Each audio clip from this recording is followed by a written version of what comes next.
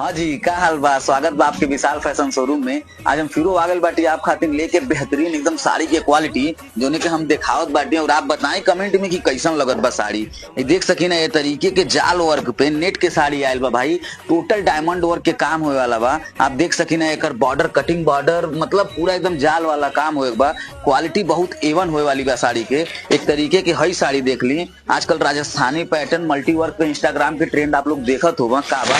इस साड़ी देखिए, इनमें दो कलर आई, एक ठे येलो आई और एक ठे रेड कलर आई। जेके भी चाहिए आवे सिकरीगंज विशाल साड़ी एंड रेडीमेड सेंटर। हमारे शॉप के लोकेशन बा मेन चौराहा से गोरापुर वाले रोड पे 10 कदम आई और ये सब तरीके के आइटम लेके जाए। एक दोनों कलर भाई हम बतावत बाटी आपके ना कि एकदम बवाल चीज होए वाला बा। आप टोटल देख सकी ना, फिगर वर्क आई बॉर्डर पे, प्लेन आंचल आई, आंचल एकदम पूरा भरा पे आई।